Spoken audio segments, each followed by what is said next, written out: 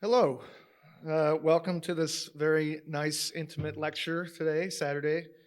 Uh, I decided that because I only have 30 minutes and I have a tendency to talk a lot longer than that I'm going to do a little bit different lecture than I normally do today. I might be speeding through some photos. You can ask questions about them later if I don't cover it enough. But I thought I would tell the Scott Hocking story today. That's not me. That's just a random baby. No, that is me. Um, I grew up in Redford Township, pretty working class family. That's the house I grew up in for the first 12 years of my life, mostly in that house.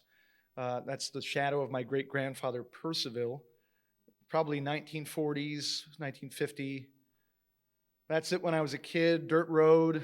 I mean, just 800 square foot house and on a slab, kind of like a double wide trailer sized house. And I had a dirt road until 2008, and it sold for $800 at auction a few years back. This is a photo I took of it a few years ago when there was a murder suicide in the house, and the window on the left was my bedroom. You can see where it's busted out because that's where he killed himself. My father worked on cars on the lawn. It was very white trash, working class, drink Mountain Dew, work on the cars on the lawn family. But he also taught me how to use tools really young. And I think that became kind of important to my practice. He would take me to junkyards. One of my earliest memories is probably being in a car seat because I can remember looking out the car windows on an angle. And when I saw that the overpasses were blue, it meant we were going to the junkyard. Another good example of what I looked like then. There's an Avon spaceship necklace on the left there and my silky shirt. I'm pretty sure that was the year that we found out I had lice. And I also, my first art love was drums. My dad was a drummer. And I think the poster on the wall of the lady in the bikini was my brother's. I don't get credit for having that poster at this age. But yeah, I was just really like a very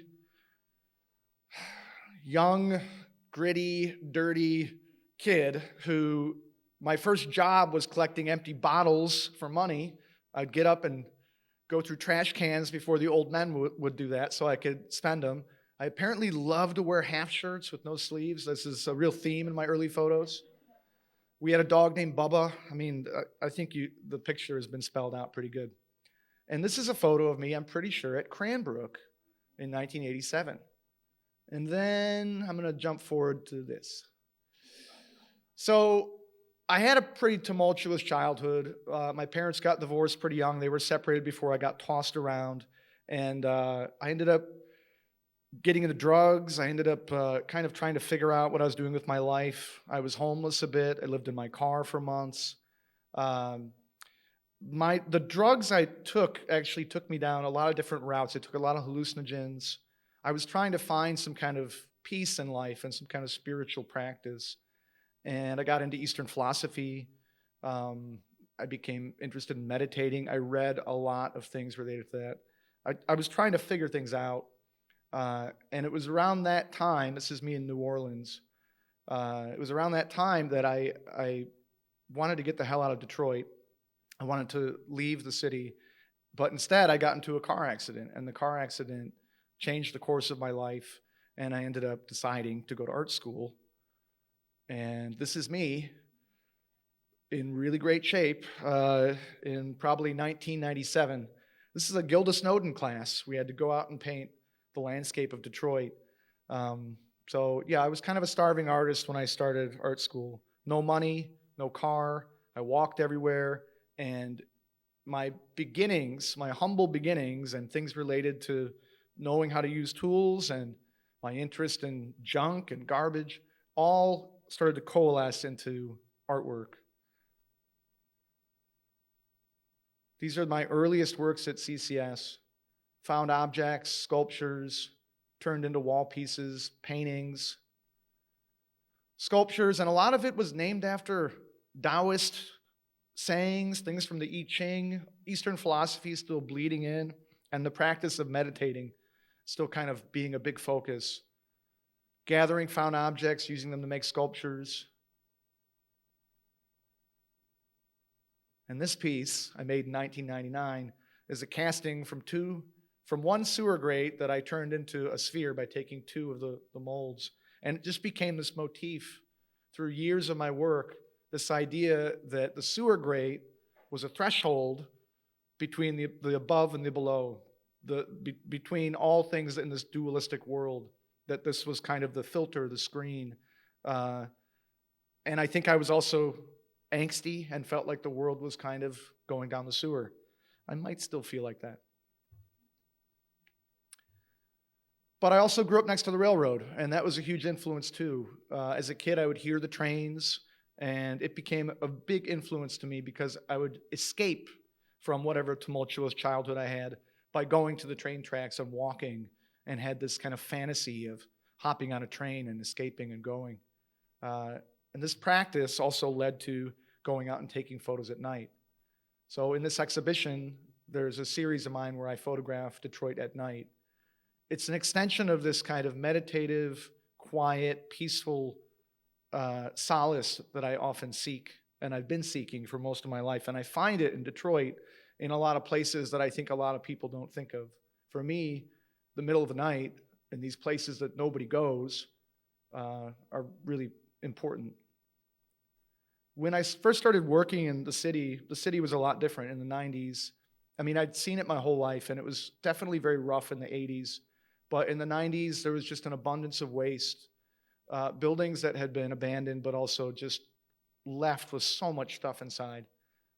This is what I remember seeing often, a lot of dumping, a lot of trash. And part of me was irritated by this, and that often leads me to want to do things. But part of me also wanted to see it different than all the negativity I'd been told my whole life. I think that if you grow up in the suburbs of Detroit, or even if you grow up in the city sometimes, there's a lot of negative ideas, at least from my time period growing up, about what Detroit used to be. A lot of nostalgia for what it used to be.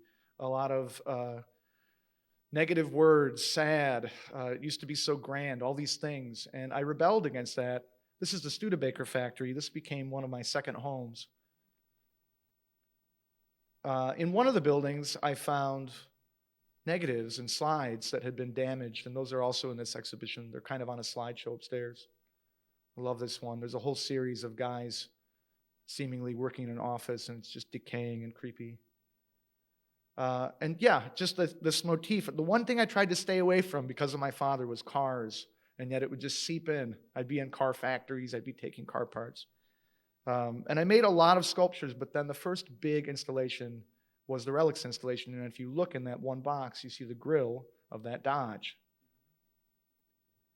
And this piece is also upstairs. It's a reconfigured, reincarnated version, but the first one was done in 2001 with my collaborator, Clinton Snyder, and we made about 400 boxes that were working on the idea. It's called Relics, and it's working on the idea of this is Detroit history through found objects. And also a theme in my work, how will we be perceived through our artifacts in the future? And how do we perceive people from the past through artifacts? And questioning that, criticizing that, and look at those spheres there again. I did a lot of elaborate drawings for things like this. I thought it would be nice for you to see how people don't know, but in the background I've got Eastern philosophy, I've got my feng shui going into the layout. And it was reinstalled many times. This is at Marygrove. This is in Windsor at Art Site. And you can see the little part of a boat there. And that boat came out of a box. And that boat was taken from this vacant lot. And that's part of a series that I've been working on for 25 years or over 20 years of photographing the phenomenon of abandoned boats around Detroit.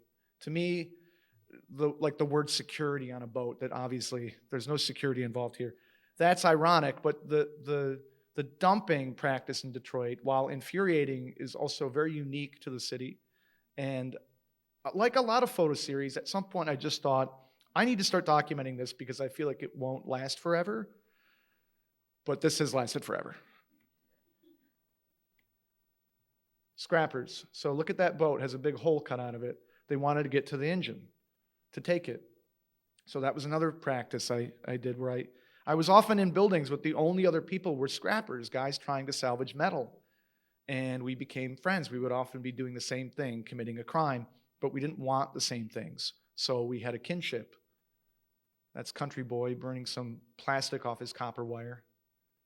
That's J and D. This was an old silo, Koenig cement right off of what is now the DeQuinder Cut. It's all torn down. That's the angel prophet Eli Wheeler. And I made an installation. It showed the amount of copper you have to lift to get all these caramel corn snacks from my gas station on the corner. In 2006, I had my first exhibition at Suzanne Hilberry Gallery. This is exactly 10 years to the day of the car accident that led me to go to art school in Detroit. Instead of leaving, I went to art school, and then 10 years later, I had this show, which was pretty crazy to me. It was a kind of another protest piece, so to speak. There was this trend around America and other countries where people were painting fiberglass animals in very kitschy, PC ways, and that irritated me because I thought public art should have something more powerful to say. It should be something that makes you think. So all of my animals were mutilated in ways true to nature, but then still painted in happy, sunshine, PC ways. So this is documenting bushmeat, the poaching practice of gorillas, polar bear drowning, a bison that's been shot with 1 million bullet holes versus how many arrows would have been shot, kind of the commentary on the near eradication of the bison, a chimpanzee being tested. Then I went to Iceland, almost died. In Detroit that same year, I decided for the first time I wanted to work on site. Instead of taking things out of a place, I wanted to work on site. It was a real light bulb epiphany moment. And this was an abandoned trailer park on the east side where people had been dumping tires for decades. There were thousands and thousands of tires. So I thought, I'm going to make a sculpture out of these tires. But at that same time, MoCAD was opening. And they said, do you have an idea for a site-specific sculpture that you might want to do on Julie Taubman's front lawn? And I said, well, I'm making a pyramid out of tires in an abandoned trailer park in Detroit. And I said that as a joke. And they said, that sounds great. So my first project of doing this on site in Detroit was nixed by moving it to the suburbs, not so far from here, really. So we gathered the nastiest tires, and I built the tire pyramid on Julie Taubman's front lawn. I love the guy walking with the dog in this photo. This was there 2 weeks, and then we had recyclers come and take it away, and they took it to a plant in Detroit, and it's still sitting in a pile at Oakman and Grand River. They were never recycled. It just led to a whole new way of working, this epiphany for me of, I want to work in these spaces. I want people to see what it's like to be in these spaces. It doesn't work the same way when I take materials out and make a sculpture. You don't get the feeling I have when I'm in these spaces. So, and I love taking photos. So the coalition of those two things where now I can make a photo series and a site-specific work just became a really important turn in my career. This is 2008, and this is Fisher Body. And here I am building a pyramid. You can see how much asbestos and debris was in there. And I was using all the wooden blocks that had been buckling in organic patterns for years from the floor. But I didn't want to move any from where I was taking photos, so I had to haul them from very far away so I wouldn't be altering the shot. It took 6,201 blocks, and it took me 8 months. And I did it in whatever free time I had, off days, nighttime. And that motif carried on. I went to Shanghai and I made a pyramid in an abandoned building there. That building was torn down 2 weeks later after I did this. All materials found on site, that's bamboo. I went to Florida, I did a residency at the Atlantic Center for the Arts, and I made the Fountain of Youth vending machine out in the jungle. So if you find the Fountain of Youth vending machine and you have 2 quarters, you can live forever. And Graham White and I decided to dig a hole in his yard. And then we put a pyramid in it, upside down. This is around 2010. I worked with materials from the old Roosevelt warehouse, which was a public school warehouse. It was just full of everything you could imagine that would be related to public schools, and it had burned multiple times. So I used it like an archaeological dig, and I, again, worked with it with like the idea of how will we be perceived, how are our artifacts going to be seen. And again, Taoism, I made a cauldron, like the hexagram, the cauldron from the I Ching. This is an ancient mound site in Detroit. It's also where Solvay coal process plant was, where they were basically making all kinds of coal and fuel. It's an abandoned brownfield until now. It's now where the Customs Plaza is going to be for the new bridge. But this is where the Great Mound of the Rouge River used to be. A lot of the ancient Native American sites in Detroit were erased long before we had archaeological documentation of them. Detroit's kind of an old city. 1701 is pretty old for west of the Appalachian Mountains, and nearly all the ancient sites were destroyed by the time we started to think about preserving them. In St. Louis, I went down the same direction. This is what St. Louis looked like. It was called Mound City. So I went around St. Louis to places where the ancient sites used to be to see what was there now, and in this case, it was an abandoned toxic waste transfer station. And these were all used gloves from the toxic waste station, and I made the toxic glove mound. To me, that's a commentary on what assholes we are versus ancient people, the way we don't respect the earth, the way we've destroyed it, and the way we continue to. That's a theme in my work. This is the Packard plant in Detroit, another area which I just always took material out of but never worked in until I decided to do this installation with the television sets. They were in another part of the building, wasted, decaying, and I hauled them to the roof, put them on the top of these Albert Kahn columns, and decided this is the new pantheon of the gods. It's called Garden of the Gods. And like most of these things I'm showing you, it's long destroyed. This is in Utica, upstate New York, an abandoned powerhouse. I became Sisyphus. I have the Sisyphean task tendency over and over again. And in this case, it was styrofoam. I made the styrofoam boulder, and then while making it, he broke in half, and I decided it was the voice of space, which is a famous painting by Magritte. And I left him there. And I went to Australia, and I made a Peter Bruegel breaking wheel out in the middle of nowhere. I made 5 of them. So if people were walking through this ridge along the Shoalhaven River, they might find these ancient flower-looking torture devices. And I decided to try and mount this dead horse. This is Sidney Nolan. He's a famous Australian painter. He's one of the most famous in Australia. And he found this horse in the desert in the great droughts of the 50s. And he took this photo of himself trying to mount the dead horse, so I tried to recreate that. An installation I did in Detroit based on Tartarus, the Greek mythology place that is worse than Hades, but better than chaos. And I did it with garbage bags. I went around the city and pulled all the plastic bags out of trees and fences, and I decided those are the empty fruits of these trees. And that's Tartarus there. He can't eat them, and he can't drink the water. I get a lot of different ideas, and sometimes they're curveballs. This is my Bad Graffiti series. I made a book out of it, and I just tried to document all the most ridiculous, drunken, one-off graffiti around the city.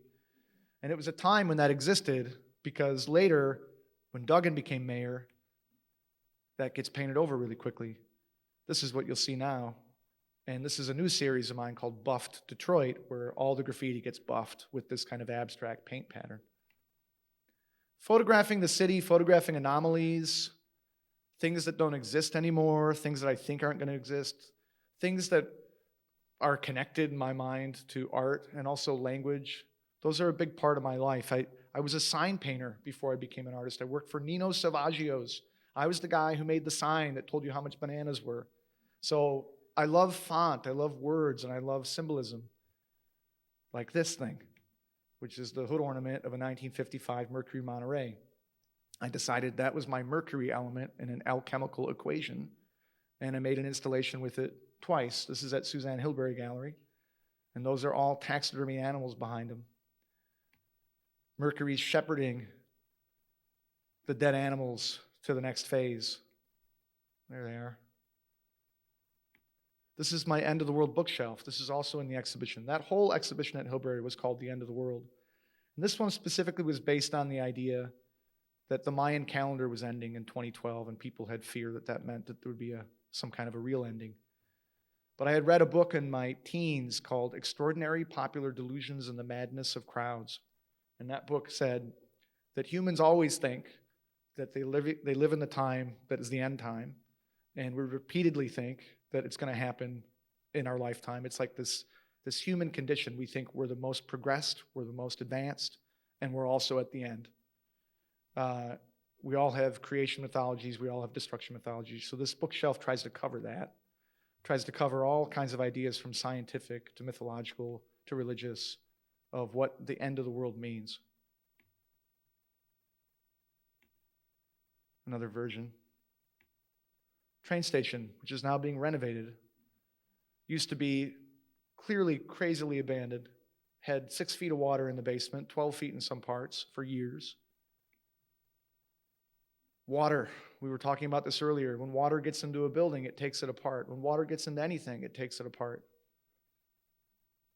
The walls used to be lined with marble, and vandalism and scrappers over many years tried to take the marble, break the marble, throw it out the windows. This was my material. I decided to make an egg. It took me 2 years this time. And midway through this, I had to stop because the place was being renovated finally. They were starting to clean out the asbestos. So the asbestos workers told me, you have to stop because it's going to fall through the floor. Now, when it was neglected and abandoned, and I thought the owner was a total asshole, I wanted it to fall through the floor. But when they started fixing it up, I thought, okay, well, shit, I'll stop. But then they called me 2 months later. They had built this. And they asked if I wanted to come back and finish it. And they painted it red. And I love this story, that they painted it red because they thought it looked better. So we collaborated. This was the first version of me doing an installation with stalagmites. These are stalagmites taken out of cast concrete buildings. The whole series I call Cast Concrete in the Auto Age. And really any cast concrete building I work in, I think of as part of this series. That's me riding a giant dodo. And those are abandoned biblical figures. These are 2 places in Michigan. This is an abandoned tourist trap that's based on dinosaurs. It's called Prehistoric Forest. And this was called Good Shepherd Scenic Gardens. Both from a time when people used to go to tourist traps before superhighways. I decided I want to use these. That's Dennis Park's old truck. Dennis, do you recognize that? The old one. And this is the first version of that installation. That's at MoCAD. And this is at the Mattress Factory in Pittsburgh. I did another version. But in every case, if you look, there's an obscure object of worship. In this case, it's based on a hot metal train car, which they use in the steel industry in Pittsburgh a lot. You could actually go inside the train car in this one, and there was a library, and you could read Dante. And this is a version in Grand Rapids. But it plays with the idea for me, again, of kind of ancient past, ancient future. This idea of a primitive future people discovering us and how something mundane to us might become so bizarre that they might worship it, and how we might do the same. I went to a quarry in Wolfsburg, Germany, and I built that little guy, left him behind. And then I made some crop circles in Detroit, but I did it with a weed whipper in vacant lots, and I called them lot circles. One of these is based on the one on the front of the Led Zeppelin box set. Rusty Sputnik.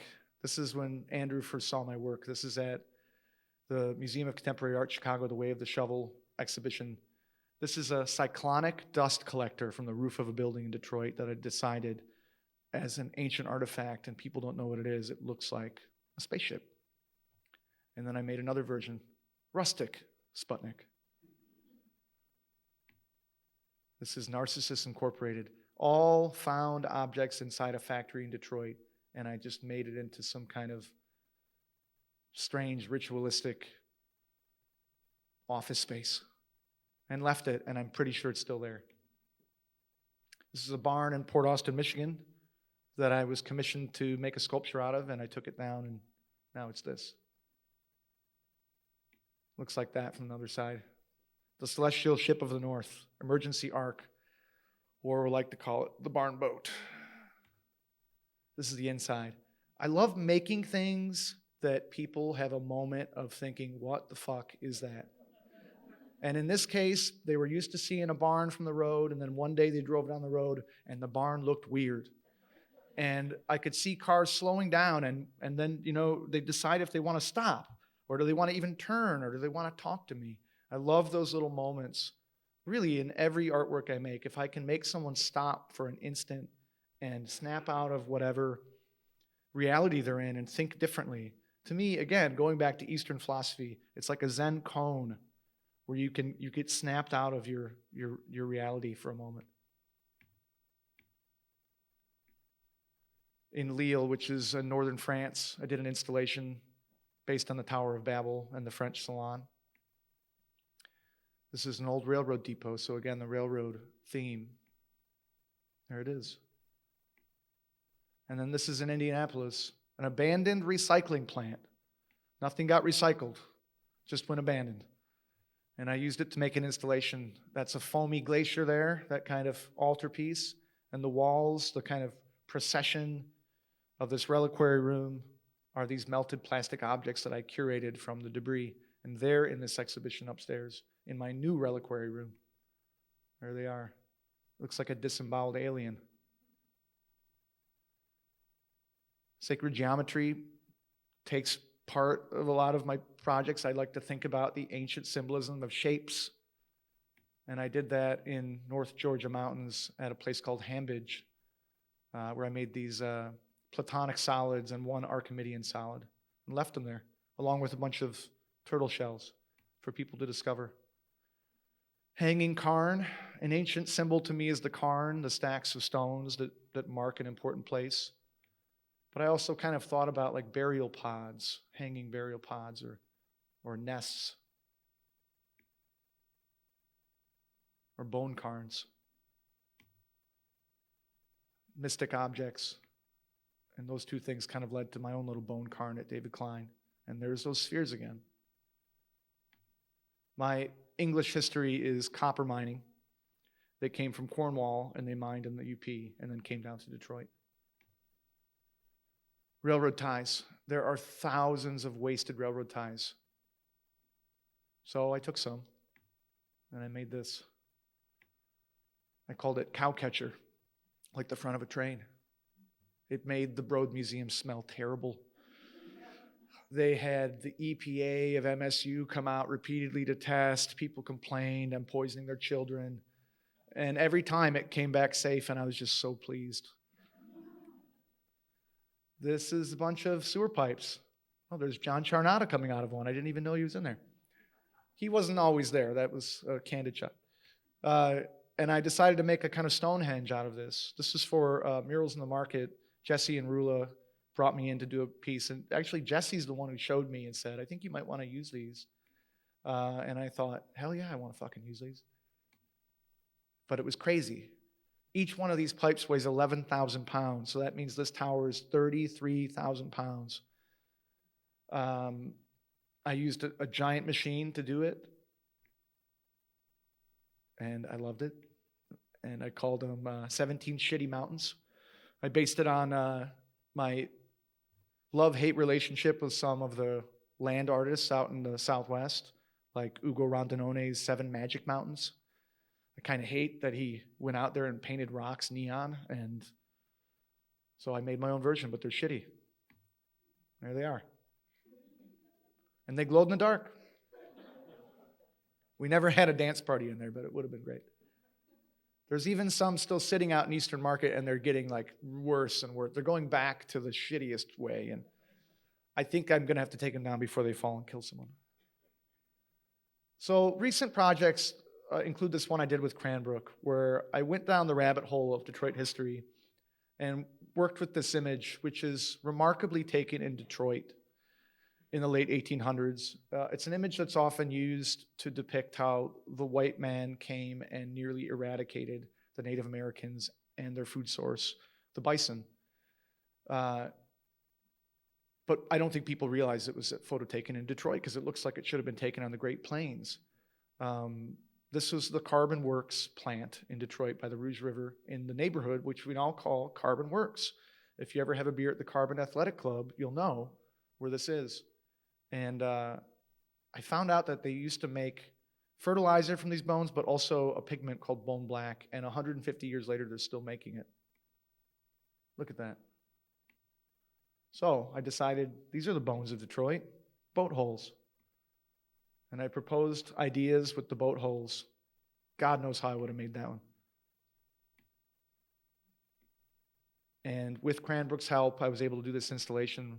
33 boats abandoned around Detroit, towed to this building, and then painted with bone black. And this installation is called Bone Black. All the boats were crushed and disposed of properly at the end. To me, it was like a funeral procession, kind of like a marching death flotilla. And in the end, it was a boat mound. And then I went to Crystal Bridges, and they wanted me to do something similar, but I had other ideas because Crystal Bridges is run by Walmart. So I started proposing ideas that they were like, no, I don't think you can do that, Scott. They didn't like this one bit. I was like, oh, let's make a cemetery of all the companies you put out of business. They said no. But in the end, I proposed the Arkansas Traveler, which is based on the idea of this fertilizer that's made from the bison bones that roamed the Great Plains, that roamed exactly where this museum was. And all the bones were shipped up to Detroit, turned into a fertilizer, and then shipped back down to these same farmers. It just seems crazy and so wasteful. So I decided to use the windmill motif and make a kind of depressed, drunken windmill man. At least that's how I like to see him. And the boat wings are from a Arkansas Traveler fishing boat. He's traveled all around. He's traveled to Arizona, and he's traveled back up here. During COVID, I got really into kayaking, and I got so into it that I made a film called Kayaking Through the Quarantine, which is also on display upstairs. I also made a sculpture out of old buoys for the riverfront recently, kind of through COVID, Nike of the Strait. It's based on a lot of history. A lot of my pieces have to do with the history of the place, a history of not only the exact place where it's made, but also the history of the people, the surroundings, the city. So in this case, this is where the buoys used to be stored for the Coast Guard, but it's also right where along the riverfront there used to be Nike missiles. And most recently, I was commissioned to make one of those big fucking spheres. This is in front of what used to be Cobo Hall, so I call it my Cobo Ball. It's a 11-foot bronze. I worked with a foundry in Tempe, Arizona to make it. And it will continue to, change and alter over the years. That's the one where I like to think that this is going to be my Planet of the Apes sculpture. That everything is going to go to shit and they're going to see this popping out and like, why? Charlton Heston. And then right now I currently have an exhibition at David Klein concurrent with this show that brings it all full circle. So a lot of the things you saw at the beginning of the slideshow, which I was making when I was in school, including these spheres, are in this exhibition, all cleaned up. And man, they look a hell of a lot better when they're in a gallery than they did in my studio. I made some new bronze ones. I made one in iron. This is like one I did in '98 when I was going through a breakup and I was meditating while a spike was going through my head. Just all old work that I've changed or altered and added to in the spheres. So yeah. And that's me with long hair. I think am I right on time? Did I do it? I did it. 30 minutes. Can you believe it?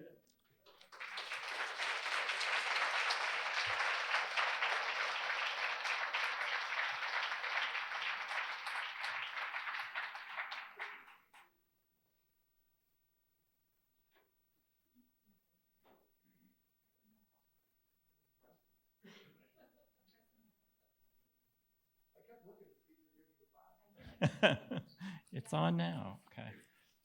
Thanks, Scott.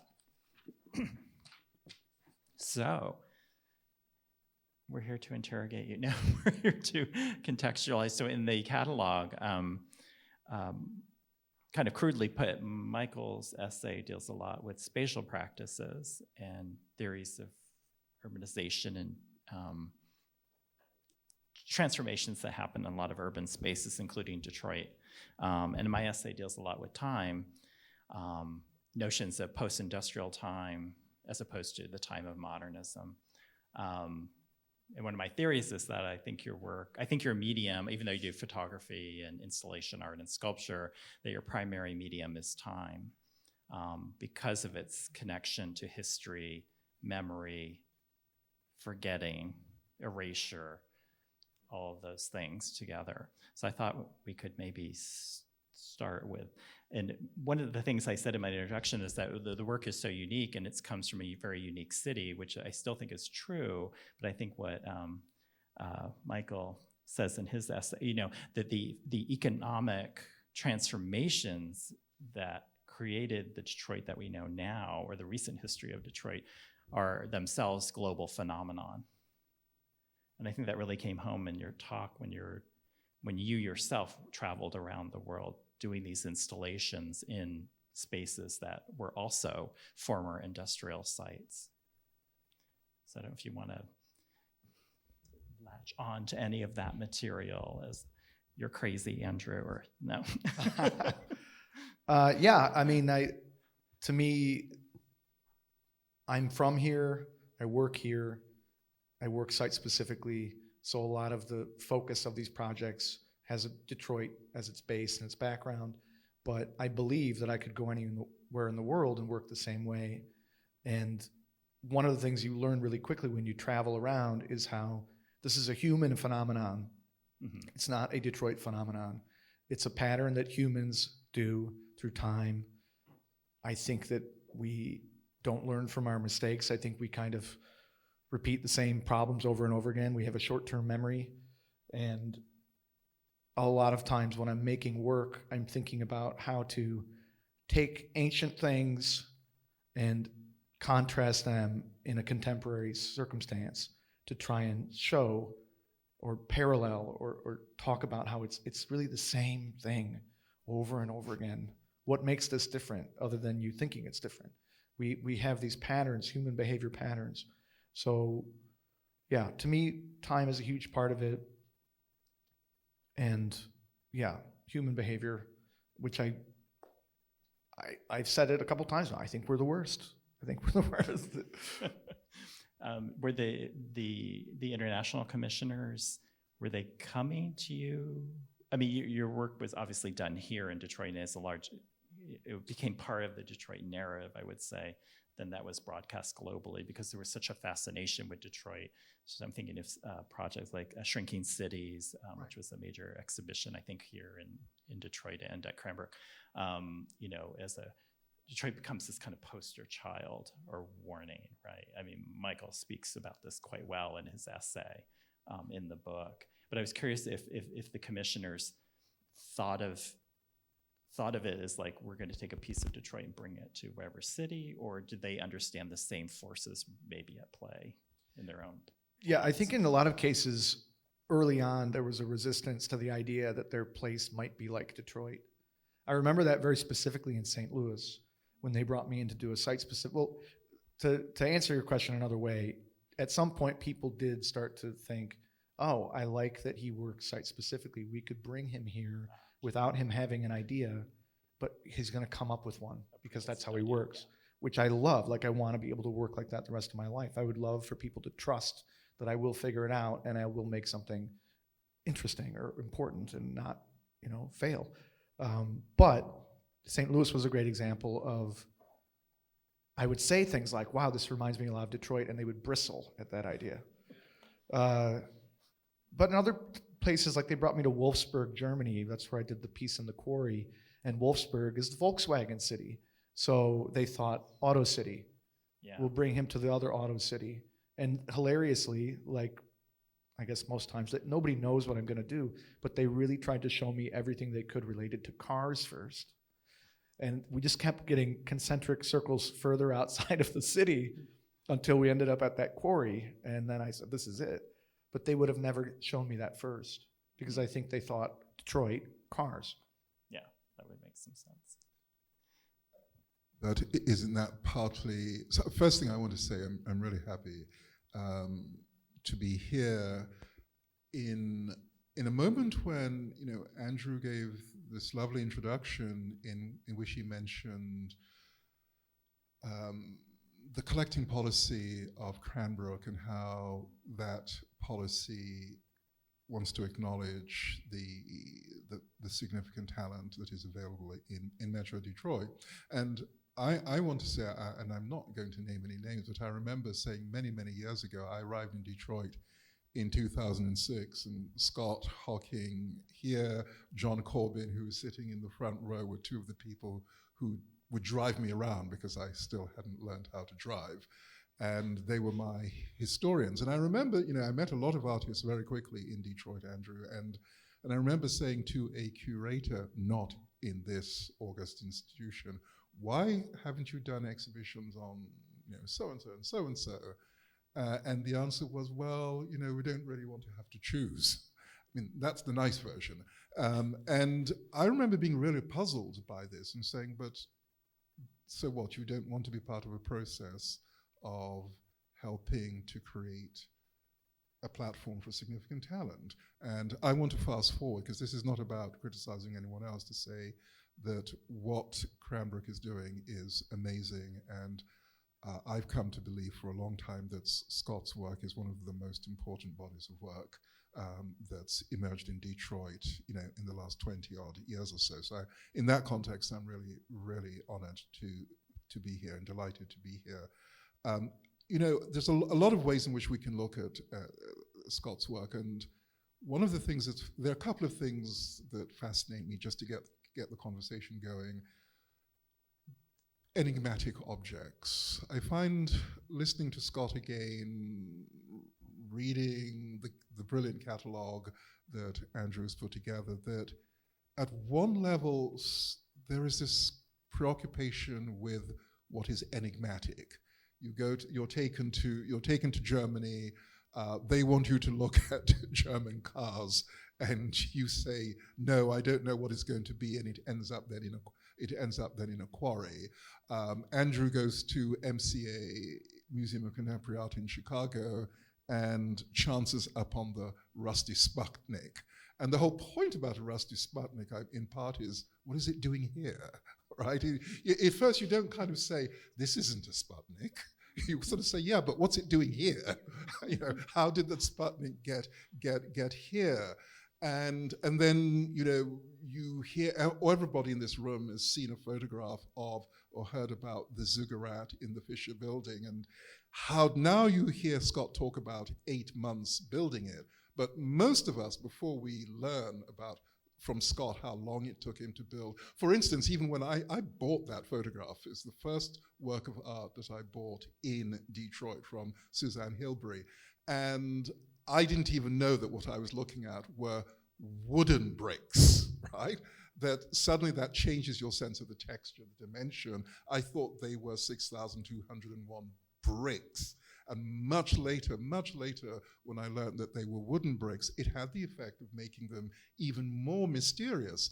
And so, you know, whether it's a Sputnik in the middle of Chicago or a ziggurat in the middle of a building that nobody has any business being there, I think there is this preoccupation with objects that are, in some ways, really enigmatic. And it's the surreal quality of his work that I admire. And then that enigma of the object, if I might call it that, you mentioned Matisse's great painting, The Voice of Space. Agree. Right? That enigmatic quality is then linked to a history in a particular place. That's, for me, is kind of the combination that has always fascinated me, that Scott has been able to create these objects that just make you think, where did that come from? What's it doing here? And then somehow link it to a history, to the question of time that Andrew has brought up. I mean, that's my initial reaction, and I would love to hear your sort of thinking about this, not whether you agree, but that this question of creating objects that just don't seem to fit in, and yet which are obviously for you linked to the place, the history, and so forth.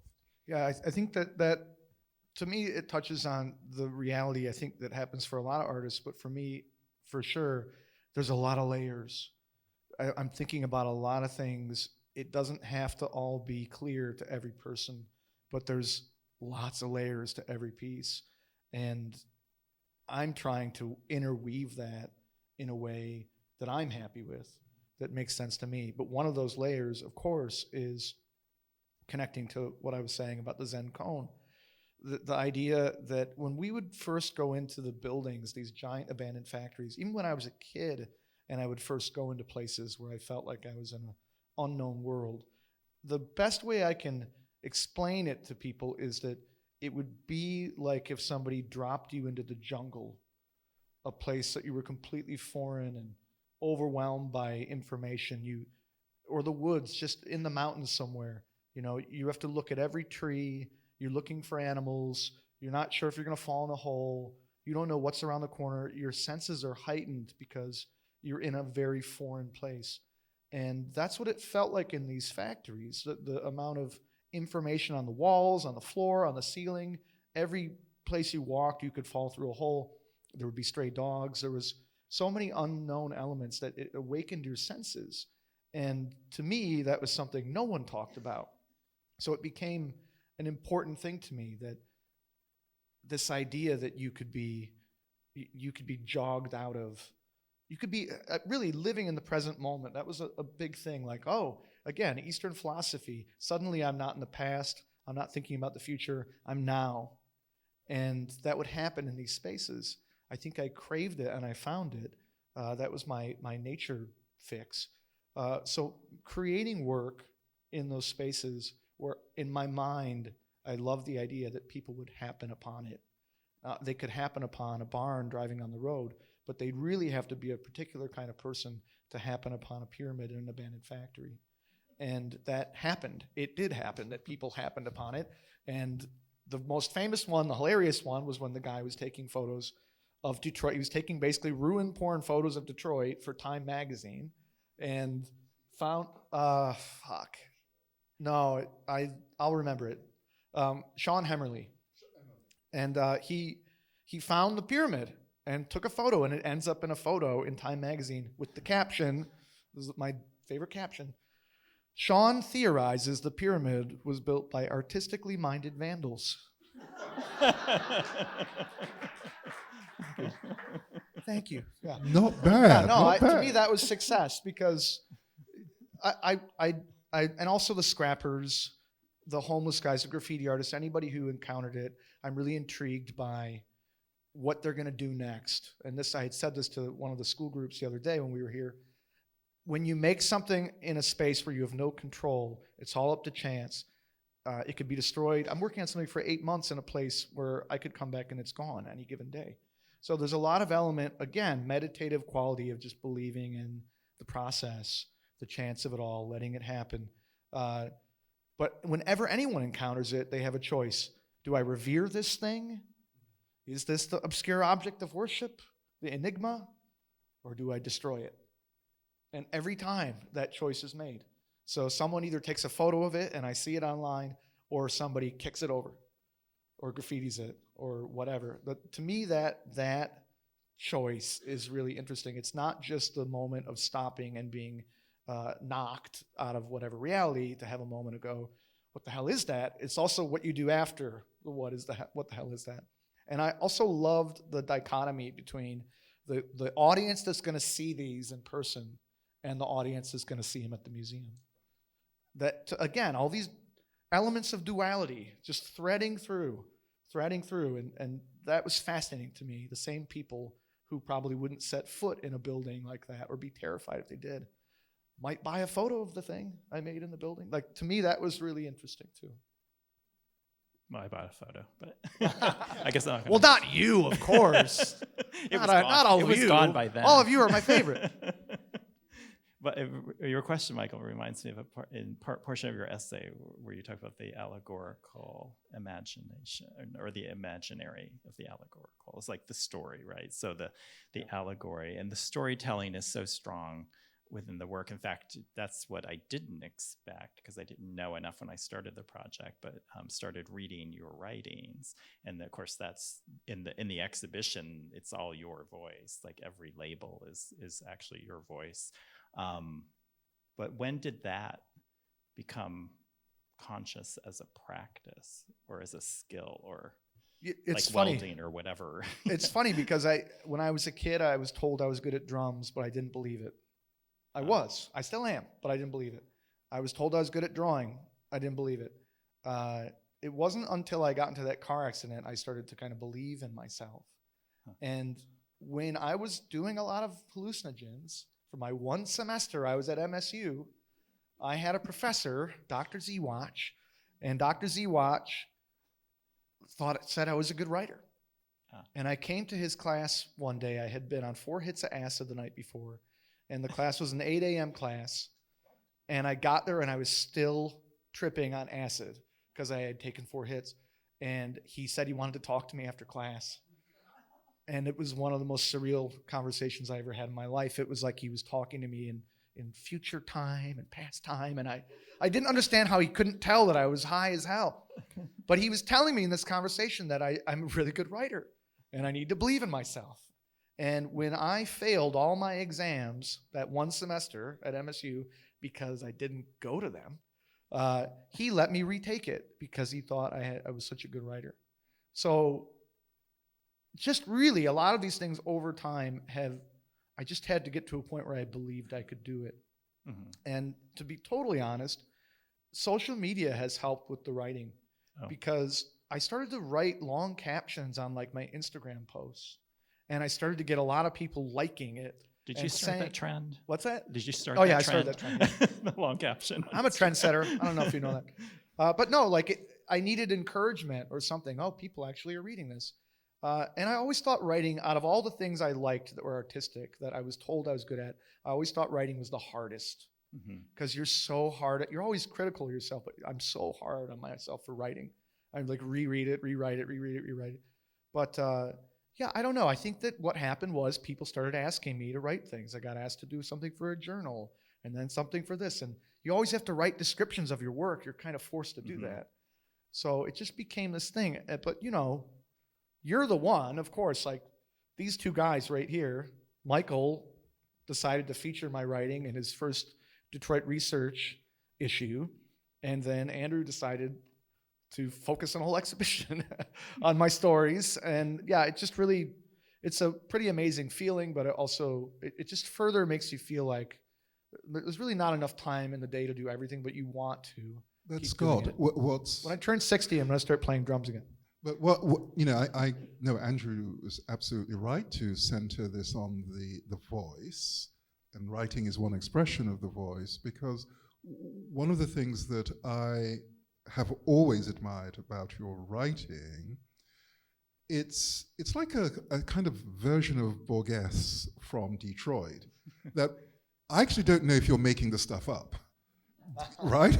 And part of me is, sometimes I go and buy a book that you've referred to and can see, he wasn't making it up. And that's where all of those diagrams, maps come from. But then there are other times where I feel that there is a flow in the way in which you write, as if something has been triggered. And so when the Mound Project, which is one of my favorite projects, this is the series of photographs of the sites that were historically Indian burial sites. You've also extended it into Black Bottom as well. And by looking, you can't tell what was there. right? Because everything has been destroyed. Hidden histories. Hidden, right. And so I feel that when I read your writing, that you put yourself in this really fascinating position of suddenly trying to imagine a narrative. And that's a narrative like a Borges. Borges always takes a little, an element of something that is verifiable, and then says, and now let us imagine. And that is how I've always related to your writing, that there's this extraordinary combination of historical background and then imaginative flow. And if somebody had told me, oh, these were stories made up in a creative writing class, I would believe it. It's funny, it reminds me of when people first saw the photos of the ziggurat, they imagined it was Photoshop. Because it could have been. It could have been. Like, why did you waste time building the thing when you could have just drawn that in there? But yeah, you've touched on something really interesting in my personal history, which since I've been sharing so much of my life, I might as well share this too. My father is what I would consider to be a pathological liar. My father is estranged. I haven't seen him or spoken to him in many, many years. My brother, most of our family hasn't. But he was a serial manipulative, sociopathic liar. He, at last I checked, was married 6 times. And that was 2008. So who knows where we're at now. And we didn't know it when we were kids. We didn't know. That was one of his skills, was nobody knew.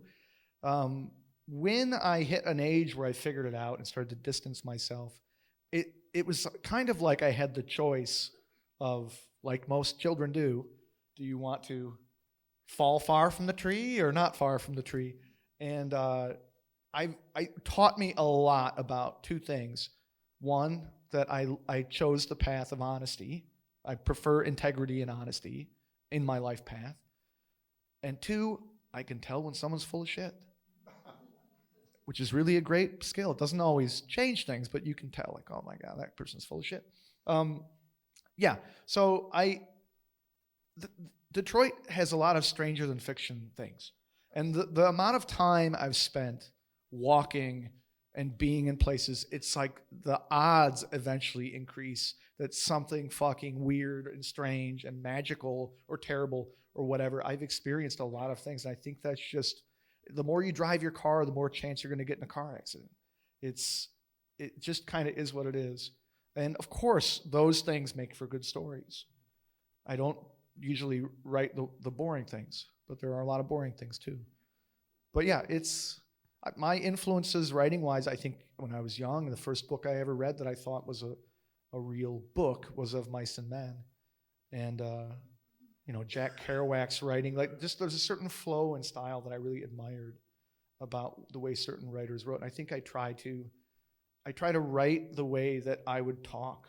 I try. Yeah, but if I might quickly, Andrew, my point is not that it's fictional, but that the boundary between what is historical, verifiable, and what is imaginative, that boundary is very fluid. And it strikes me that you have a distinctive writing voice that is linked to the kind of enigmatic objects that you construct, and so that we are never quite sure where to place things. As I said, I've bought some of the books you referred to, and I can tell the audience they're real, but they're not interesting. They're only interesting because of you. I do have a lot of books that I haven't read because I only pick and choose the interesting parts. Like okay, that page and that image, but not the whole book. I was thinking when we were doing the book, the only story that's not yours in the book is the very first one, right. Which is a description of Detroit written by Cadillac, basically. That's a great story of you and I sleuthing that on its own. Because I didn't tell you that. I was like, well, there could be a certain amount of confabulation in the writing or whatever. Right. So I was wondering, well, is it real? And so I started searching, and then I was worried about, as an editor, do we need copyright? And is it really from 1701?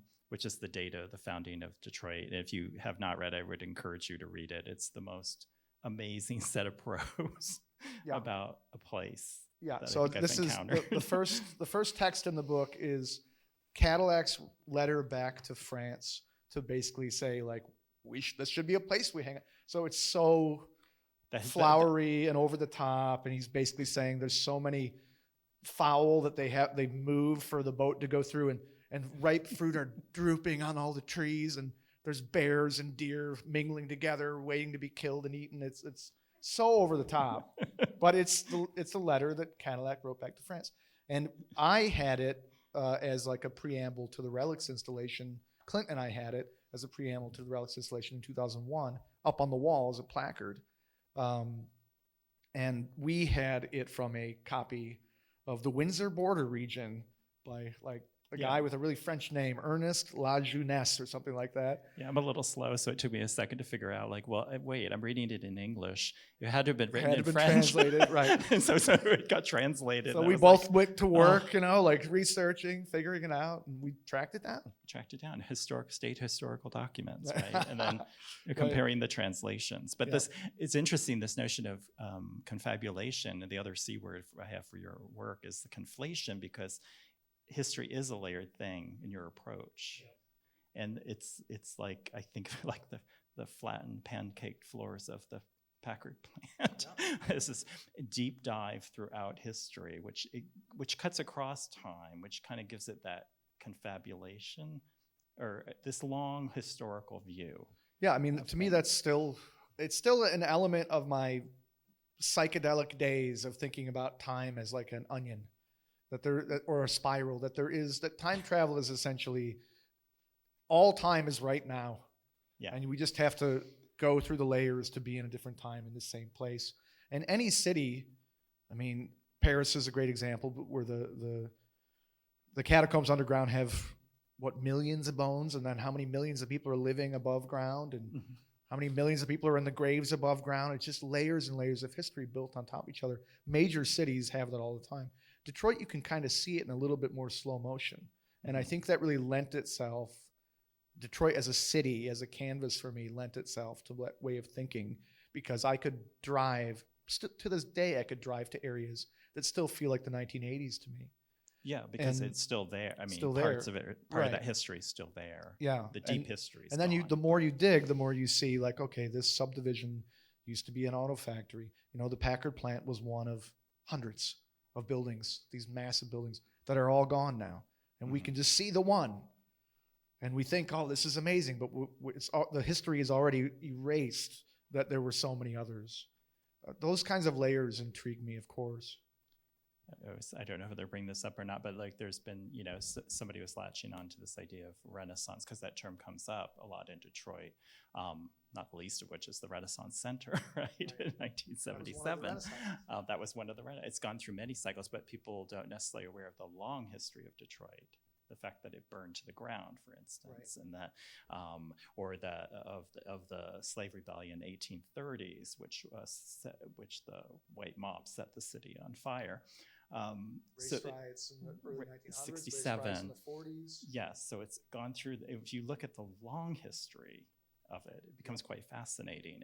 That there's those memes, as they would call it now, are historical and are continuous, and they're not necessarily just being remanufactured now, vis-a-vis a critique of gentrification in Detroit, but it's actually part of that long history and the long arc of history in the city that is itself built on the contestation of so many different factions. Right, people. And like Michael pointed out, that in the research I've done on the ancient history of Detroit, we weren't taught that and stuff in schools. And if you look at any Detroit history book, it could be this thick, and the first 30 pages are dedicated to ancient history.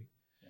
And then the rest is white dudes doing stuff for 300 years. Right. So to me, that's a short-sighted way of looking at the history of a place and of a thing. I would get irritated when people would talk about Detroit having these renaissances. It would be in the press, oh, is it the city's bankrupt now, or is it the auto industry bailout, or whatever the way it would be put in the press that would make it seem like somehow Detroit has only existed since the car, right, or since the 50s, or something.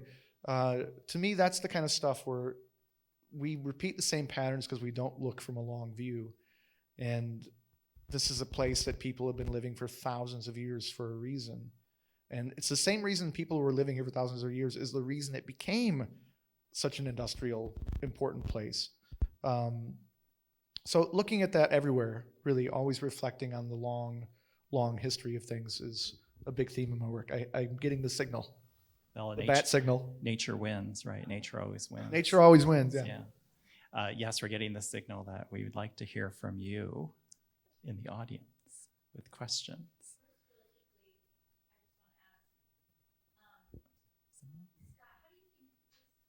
It's not working, though. Oh, wait, now it is. Hold it right into your mouth like that. I think that you talked a little bit about social media in your writing, but I'm interested in how over the past, let's say 15 years and the advent of sort of blogging and the internet and the ubiquity of the camera that's in everyone's pockets, how has this evolved your work in terms of time and the record of where you've been and where other people are going, and the way that you make your work now as compared to 15 years ago?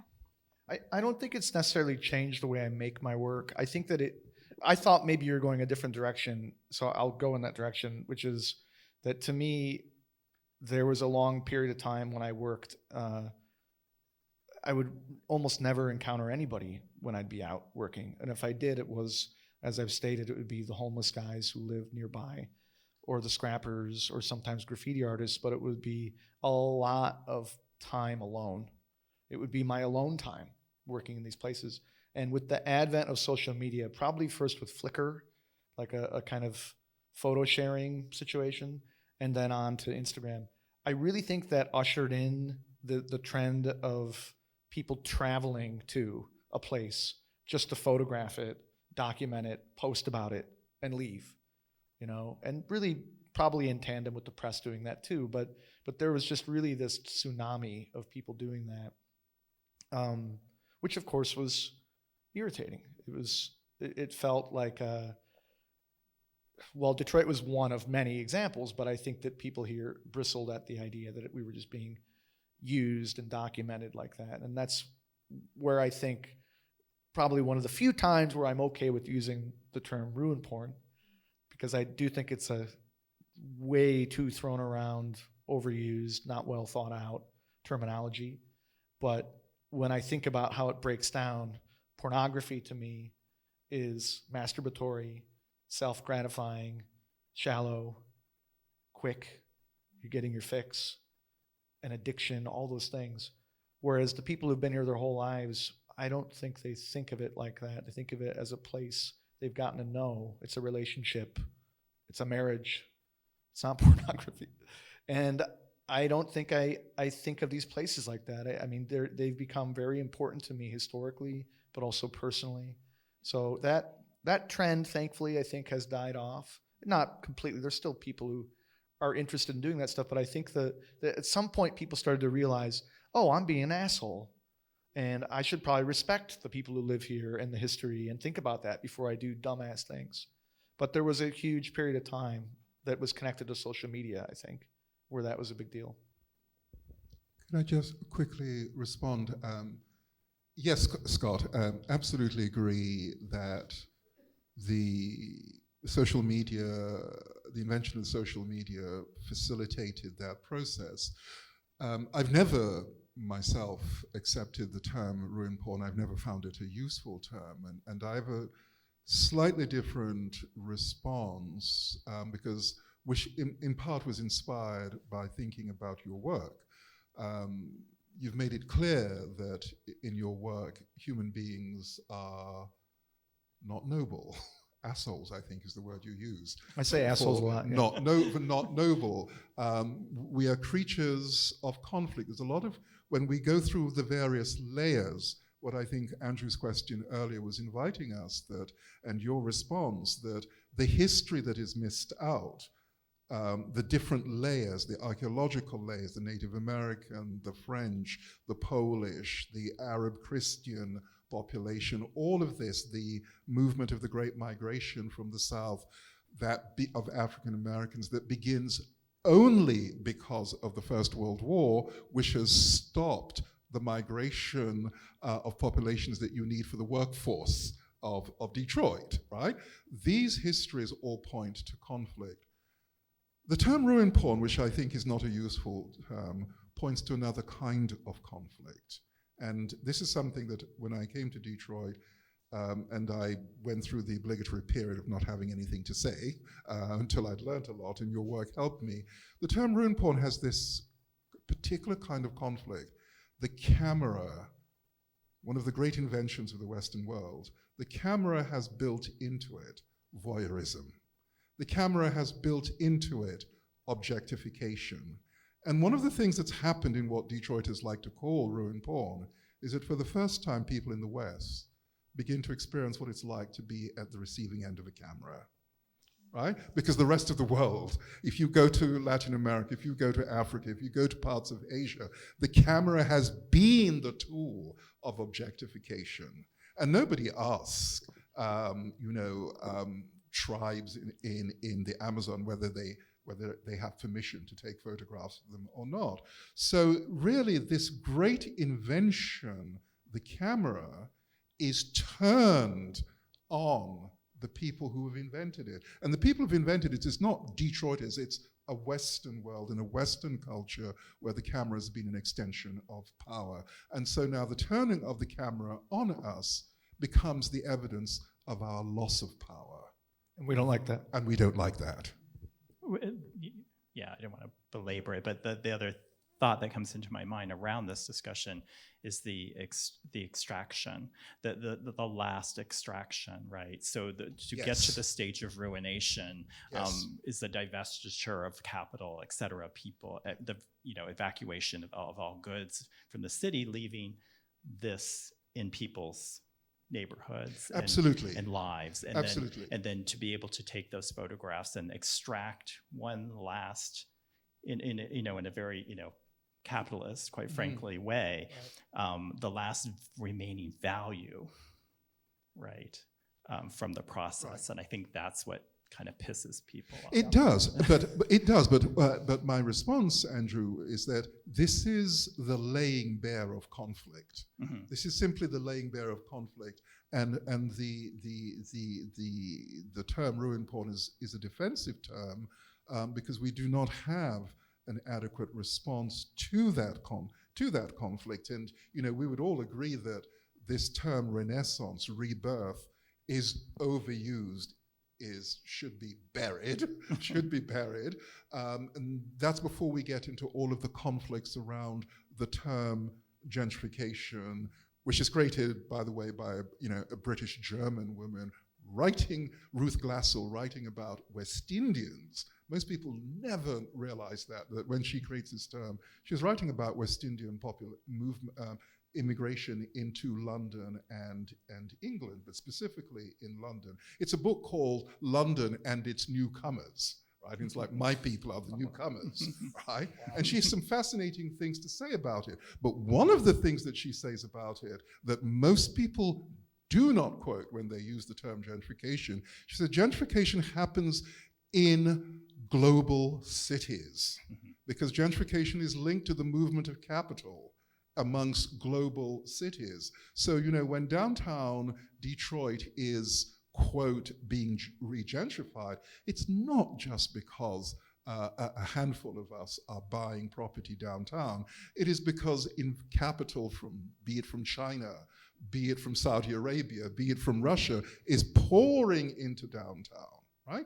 And so Ruth Glassell's insight was not only that people from the upper middle class move into lower class neighborhoods and displaced population. Her insight was that is only possible because there is a global movement of capital. Mm-hmm. So you can't actually address gentrification simply by saying, hey, what is that wonderful thing I saw not long ago? Hood closed to gentrification says, that won't do anything. If you want to address gentrification, you've got to change the whole damn system. Mm-hmm. Good luck with that. In other words, all of this, and this is what I think one of the things that I've so appreciated in thinking about your catalog, of course, Andrew, but Scott's work, this is all about conflict. these photographs, the installations become sites of conflict that we would rather turn away from. This is going to be a one-question Q&A, isn't it? I just want to say one more thing, because from my perspective is another angle which connects to my concept and my ideas of working, and that's my belief that we don't like reminders of how we're a part of the natural cycle. We don't like reminders of death. I think in Western society, we're taught to not think about it, talk about it, act like it's not going to happen. I think in other cultures and ancient cultures, it was a big part of life, and they probably thought about it and dealt with it all the time. And here we've removed ourselves quite a bit. To me, when I was first starting to work with these ruins, abandoned derelict sites that were decaying, everything I had heard my whole life, and still continue to hear from people to this day, is about we need to get rid of the decay, we need to remove it from sight. It's an eyesore. Talk about a quote, eyesore.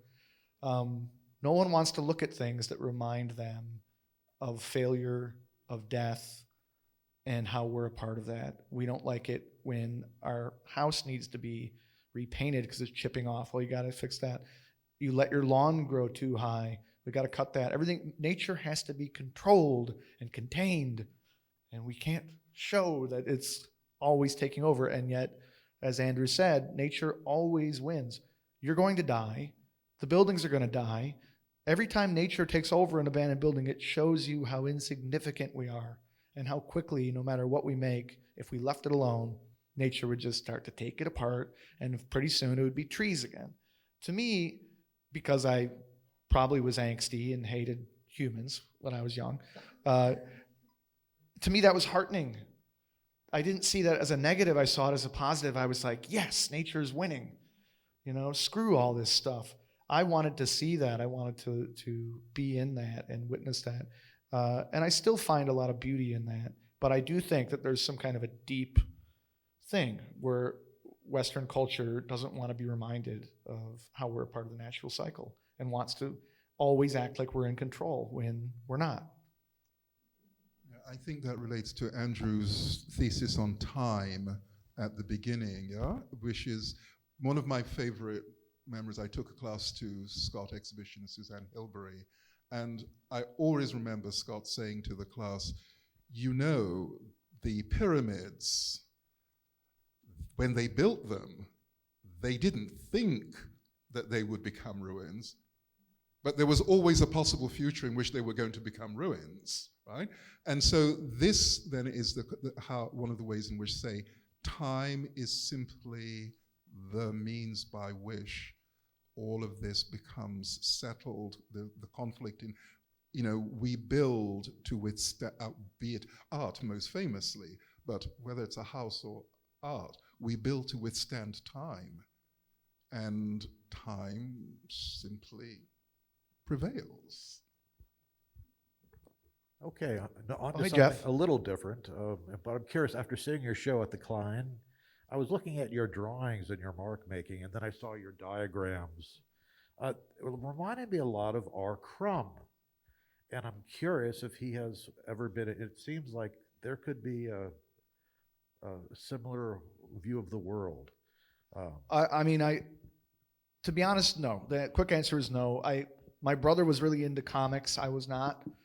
Probably because he was. But I'm aware of R. Crumb. I watched a documentary on him. I kind of think he's amazing, or was amazing. But my drawing influence a lot of time comes from those kinds of alchemical engravings, woodcuts from the 1600s, 1700s. So at some point I started to get really interested. Michael brought up a piece I made called The Beekeeper, which is also in the Klein show. That's a woodcut by Peter Bruegel. A lot of etchings and things like that, where there's line work that really inspired me. A lot of old books, like mythological texts, would have been illustrated by Gustave Doré or someone like that who did Don Quixote, which connects to the windmill, all these things. To me, there's a lot of interesting artwork and imagery that lends itself to the same method, but with a Sharpie. So that became a style that I started doing at some point, where I was just essentially drawing line work like you would a woodcut or a lino cut, but with a Sharpie. Should we take one or two more? I'm going to cross the auditorium and then I'll come back to you. You could just ask me without a mic because you're so close. I can repeat it. Scott, I was wondering if you could talk about any important collaborations. You talk a lot about working alone, but I was wondering if you could talk about working with others. Yeah, I have a tendency to always want to work alone. And even when I was the most busiest, maybe of my life this last year, with the giant sewer ball and Andrew's show and the David Klein show, I still have a really hard time. And maybe there's a little bit of a control freak of it, but I do think that I want to get into some kind of meditative zone, like some kind of really stereotypical artist way of communing with whatever, the spirit speaking to me or something. But no, Clinton Snyder has been a huge collaborator. We met when we were at CCS, and we would do jobs together. We would do mural jobs together, really anything to try and get by. And it translated really well into doing the Relics installation together. And we first built that in 2000, 2001, but then did many versions of it over the years, including reinstalling a version for the show where we had to make over 100 new boxes, because over all the decades, we kept selling them and then making new ones. And so, 20 years later, we're still kind of working on the same piece. We work really well in that way. Like, it's basically like a collaborative painting, because we're or a collaborative mosaic or something. And then I've had lots of other friends. Graham White and I dug the hole together. We've worked together on a few things. My buddies and I all had a group show up in Saginaw at the Marshall Fredericks Museum in the last year together. I mean, I'm open to collaborating with people, and I'm sure I'm forgetting other collaborations. Andrew and I collaborated on this catalog, I'll say that. The animals installation. Thank you, Michelle. I mean, that project where the animals were mutilated but then painted, 30 different artists painted animals. So it was, I like to work like that sometimes. And I've also had circumstances like when I went to northern France to do the Babel installation, they had 4 assistants for me. And I was like, oh fuck, I don't know what to do with 4 assistants. But I learned, I'm adaptable, I guess is what I'd say.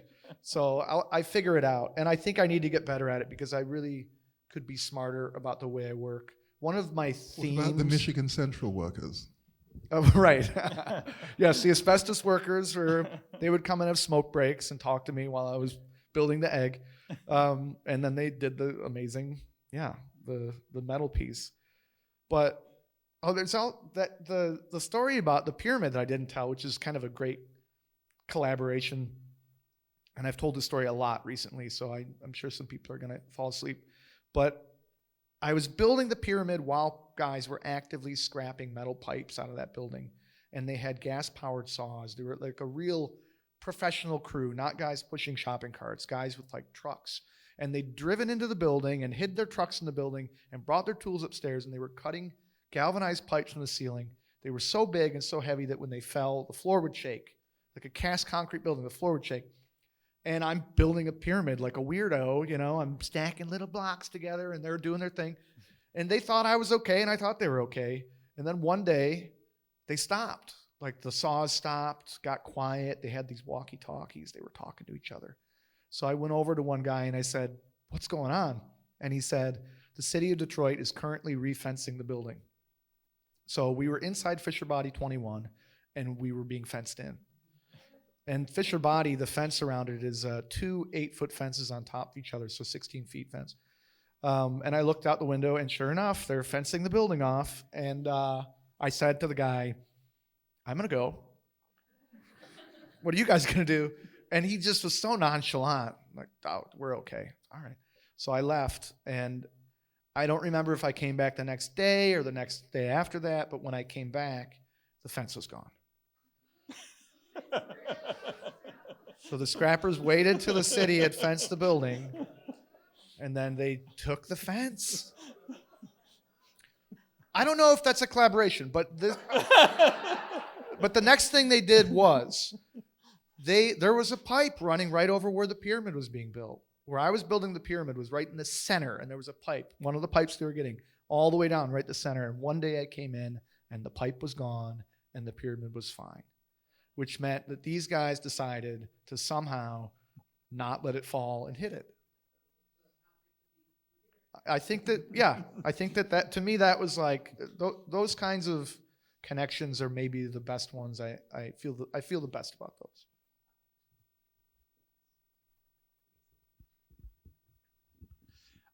I was wondering if... Is that Clark? Yes. Nice to see you, Clark. Hi. Good to see you, too. That's a great talk.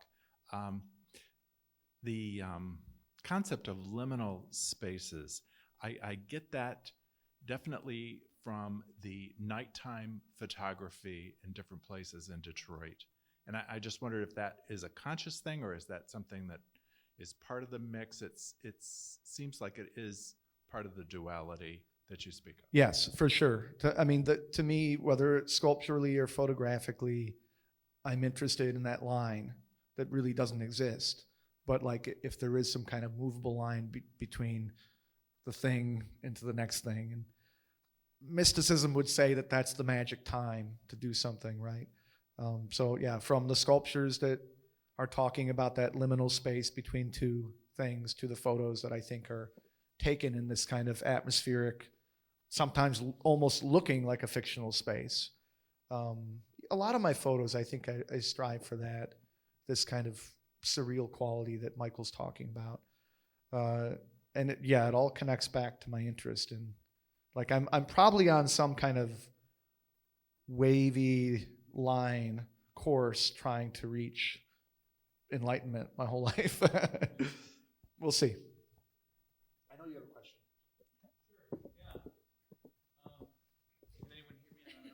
Hey, thanks. So I actually came to your work, funny enough, without understanding you as a conventional artist. So I kind of have this curatorial project called Art as Chairs, where it's essentially, it's pretty self-explanatory. But you were the only resource online for learning about Jim Miller Melberg, basically. So it's just interesting how when I was looking up Scott Hocking, it was never Scott Hocking's art. I was using you as a utility, essentially. And Welcome to the club. And so I thought that was kind of interesting. Of course, there's this way of breaking down spiritually the real world into an abstraction. But there's also this, very blue-collar, masculine way of, I guess, finding a use for your imagination. So I was wondering if maybe you see that in other parts of your work as well. Yeah, and to give everybody else the context here, one of my obsessions in the last 10 years or more was realizing that an artist named Jim Miller Melberg was behind all of the cast concrete playground sculptures that were so omnipresent around Detroit and the Midwest and really the whole country during the 60s, 70s, and 80s. In my childhood, I played on them. There's a turtle, there's a dolphin, there's these Swiss cheese looking walls, there's these DNA helix looking things. I'm wearing a wall shirt, which is hilarious because it's the same thing. I have documented so many of these structures as, it was another Detroit-based idea because they were being demolished. They were all being destroyed. So like a lot of my projects, I think if I don't do this now, it'll be gone. So I started to document them, and now I have this archive of photos of them. So when people in other cities figure out who made these things and they Google him, they find me. And I became friends with Jim briefly before he died through Skip Davis, a friend of mine. And we were quick, like fast friends, I would say kindred spirits. And I really, still to this day, it's hard to put it on the front burner because I'm busy, but I'm still trying to collect them whenever I can, because I have this idea of making a memorial sculpture park with kind of mid-century modern playground sculptures, and a lot of it being Jim Miller Melberg's. So these people are in Philadelphia found me, like you, and said, we want to authenticate whether or not this is a Jim Miller Malberg, and if so, what do we do? And I told them how much it weighed and what to do, and they did a fundraiser, and they made these shirts, and they preserved it, and they sent me a t-shirt. It was the Save the Cheese campaign, they called it. But yeah, so it's just another way of doing that. But yeah, to go back to you, yeah, I think that there is certainly, we're all trying to resolve or figure out how to fit in our upbringing into our art practice. And to me, I don't fight it. Like, I really just try and marry the reality of where I came from. That's why I love it when the scrapper and I get along. I'm more interested in that than the art collector, because it makes me feel like I'm still where I came from. I still have that background. I haven't lost. I'm still that guy, and I can be that guy and also this guy. That kind of a feeling. Yeah, and I currently am still trying to get those fucking things. So yeah, one day we'll have to have a studio visit. You can see which ones I have and which ones can be sat on. I should plug that Miller Malberg is a Cranbrook Academy of Art graduate. Oh, I should say that too. Yeah. So I mean, that's the thing. Like, nobody knows. They see those things. They recognize them. We should have a little collection somewhere. We should. Yeah. We have a couple. There's one at Brookside at Tortoise, and then we have a porpoise at the boys' middle school. When he died, I recommended they donate the porpoise that was in his backyard to here, because it was the first one he ever made. It was just sitting in his backyard, and now it's here. Thank God. Right. Because who knows what would have happened to it. But well, at the art museum, we're really enamored of the cheese. I've got a couple. I've got a couple cheeses. The really abstract ones. We're trying. I think that Graham and Fana at Pops Packing and I are going to try and make a grant to do a sculpture park with it too. Unless Cranbrook wants to take over and do it. I don't know. Hint, hint. It'll be really cheap. It'll be, yeah, just really heavy things. Really lightweight. The other plug I should mention is that Backpack Durden, who's one of the 3 artists on view, will be in conversation with Mario Moore on December 15th in the Larson Gallery at 6:30, and that's Thursday night, free Thursday night. So make a note of that. And I'd like to thank, you have a plug too? A question about collaboration that was asked earlier. Actually, I want to turn it around in that, saying that the question here, when I started to learn what I wanted to learn about art in Detroit, and when people started coming to me, I would say, actually, go to Scott Hocking's website, because it's the only website of any artist in Detroit that systematically documents links to all of the other artists in Detroit. I haven't updated it in a long time, though. Right? So that is a kind of collaboration, and I think that this story, in fact, says something about another way of thinking of collaboration. I do have a page on my website that has links to dozens and dozens of other Detroit artists and their websites, but I really haven't updated it in a long time. I don't know. I need to add people, and I probably need to subtract some people. I don't know. I should plug your website, because that's why we were able to do the project in such a quick amount of time, because you're actually very super organized and you have the most amazing website. So it just was like one-stop shopping. So it was a researcher's dream. Thank you. My website is a giant archive. It's like almost as messy as my Not studio. surprisingly, it's a giant archive. Well, thank you so much for being here, and you guys for being here as well.